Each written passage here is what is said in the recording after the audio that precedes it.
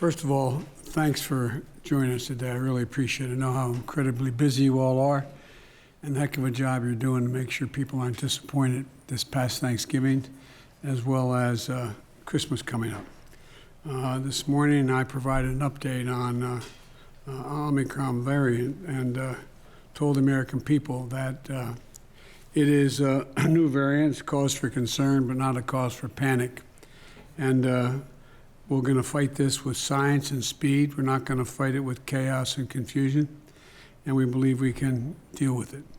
On Thursday, I'm going to be putting forward a detailed strategy to how to deal with this new variant, and that is not shutdowns or lockdowns, but with more widespread vaccination and more boosters, testing, and more.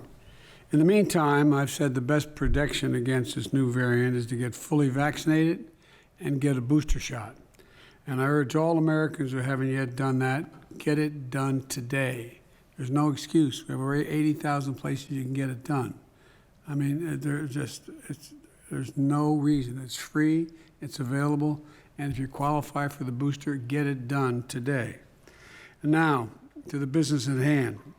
I know it's been an incredibly busy time for all of you here today, and that's a very good thing from my perspective. But then again, I'm not doing all the work y'all are doing. But all kidding aside, it really matters. I remember, and I think we all do, last year, families celebrating the holidays apart from one another, or on a video, or for fear of spreading a deadly virus. And this year, thanks to scientists, researchers, and doctors who developed the COVID-19 vaccines, and the nurses and other frontline workers who saw to it that it was administered, many of them your employees in your stores who were able to have a very different Thanksgiving as a consequence of that than last Thanksgiving. Reunited with friends and family, and I think maybe the most important, with a little more hope. And fewer Americans were worried about putting food on the table. And hunger is actually down 40% this year in the United States of America. 4.5 million more Americans than last year had the dignity of a job. It also means that we're looking toward the holiday season. We feel a lot more like the ones we had in the past. Consumer spending has recovered to where it was headed before the pandemic. Early estimates are that Black Friday sales were up nearly a third since last year, and in-store sales were up by even more than that. I believe it was 40-some%. I don't have the number on top. I think it's 44%, something like that. And so we're hearing similar reports from Small Business Saturday. I don't have those numbers yet. And I'm sure that some of the people watching us online are also doing a little Cyber Monday shopping right now. And that's why I brought everyone together today, and thank you for accommodating it. The business leaders we gather here today represent a broad swath of American shopping.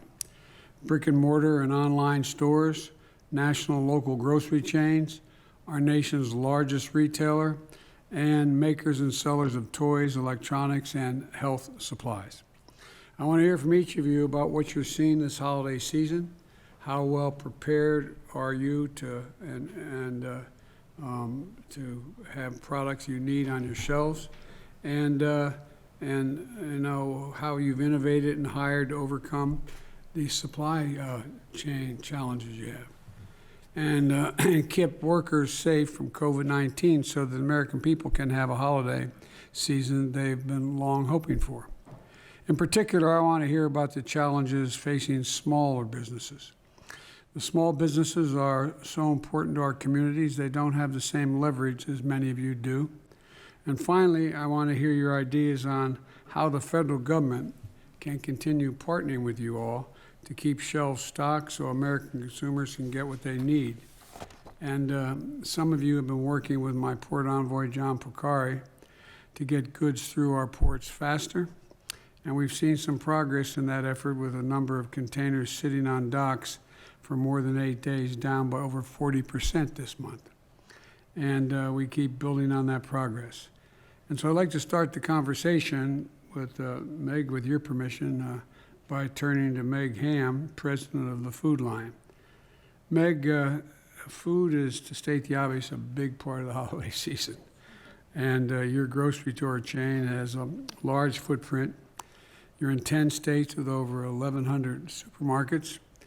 How did Thanksgiving go? And by the way, you're in my state as well. And can you tell me about your company's ability to get the products you need from your suppliers and on your store shelves? Can you just talk a little with me about what's going on? Sure, I can. And first of all, I'd like to say thank you for allowing us to come together today to talk about this very important topic.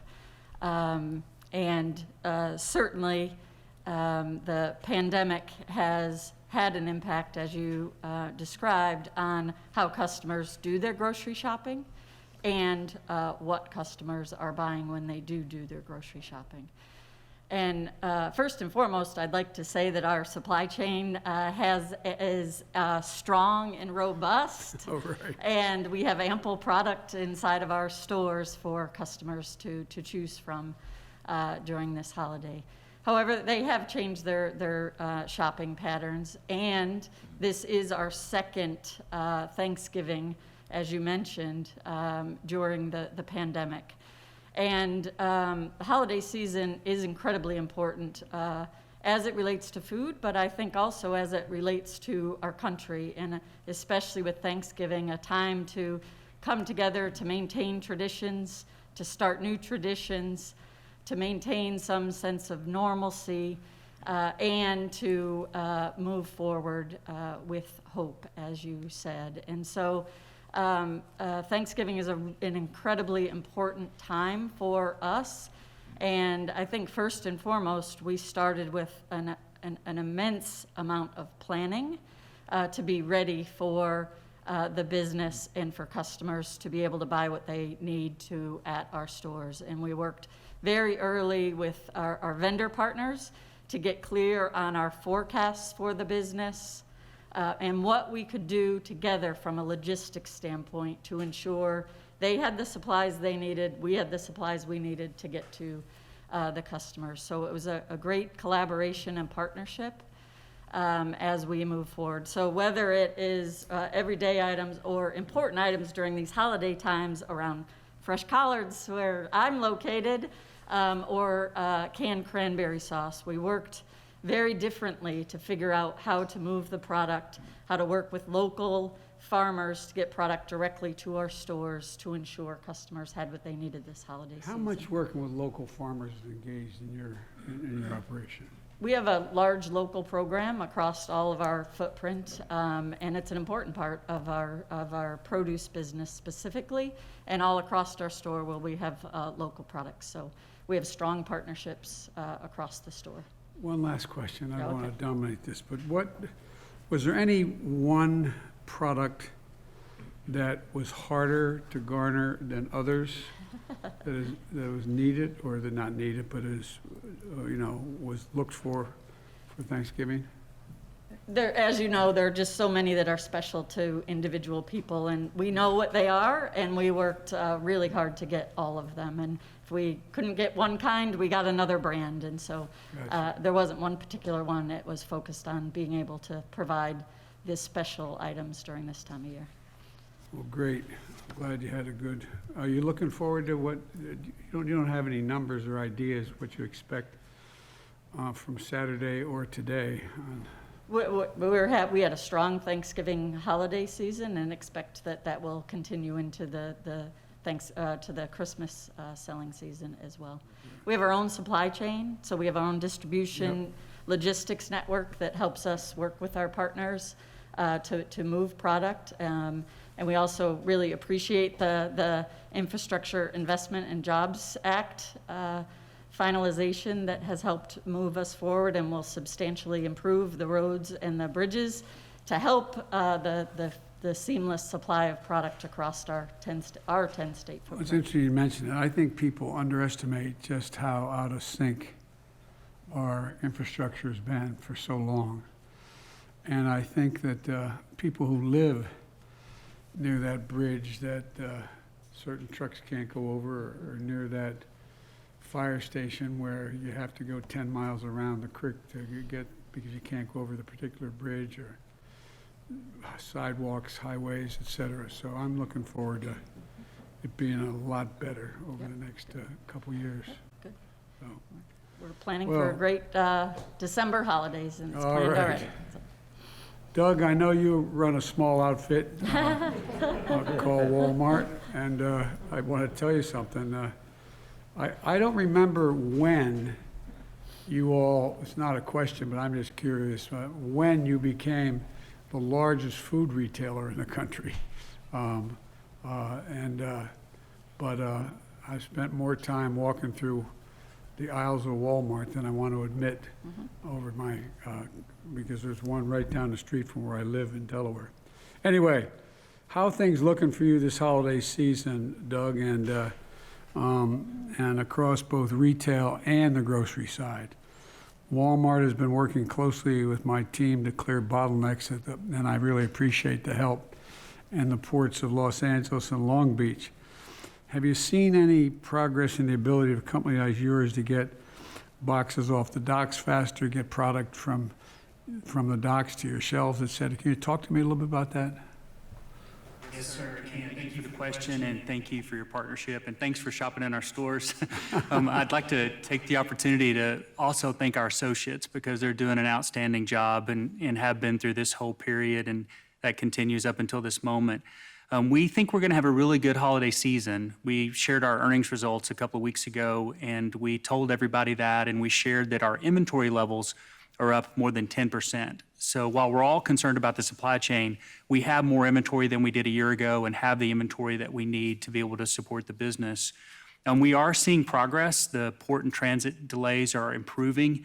As you and I discussed not long ago, about 2/3 of what we sell in the United States is made or grown here. That other third has a meaningful portion coming from Canada and Mexico, which is helpful. For the part that comes outside of North America, the port issue has been a big issue, but we've really seen a lot of improvement. Because of what you all did to help with overnight hours and because of the team's work to reroute to other ports, to extend our lead times, and have other creative solutions, we've seen an increase in throughput over the last 4 weeks of about 26% nationally in terms of getting containers through ports. And in the Southern California ports in particular, where you've been really focused, we've seen a 51% improvement in that flow through. And that's helped a lot as it relates to categories like toys, which are so important for Christmas. So we'll keep working to make sure that we're in a good in-stock position as we go all the way through the season. We do expect it to be strong, and there are a few items, as there are every year with the hottest toys or things in electronics, that we wish we had more of. But generally speaking, we're in good shape and really appreciate the partnership. Well, thank you. You've been really, really cooperative. I can't tell you how much we appreciate it. And I was really pleased, quite frankly, and proud of the cooperation you saw between business and labor in the ports in Southern California. It made me feel good. You were there. It didn't take much to convince them that we should go to 24/7, 7 days a week. And anyway, thank you for being. Thanks all of us. It sure heck does. All right. Well, I guess I'm going to turn this over now to Brian. He's going to moderate the rest, but I warn you, I'm going to intervene with questions with your permission. Isn't this a pretty place?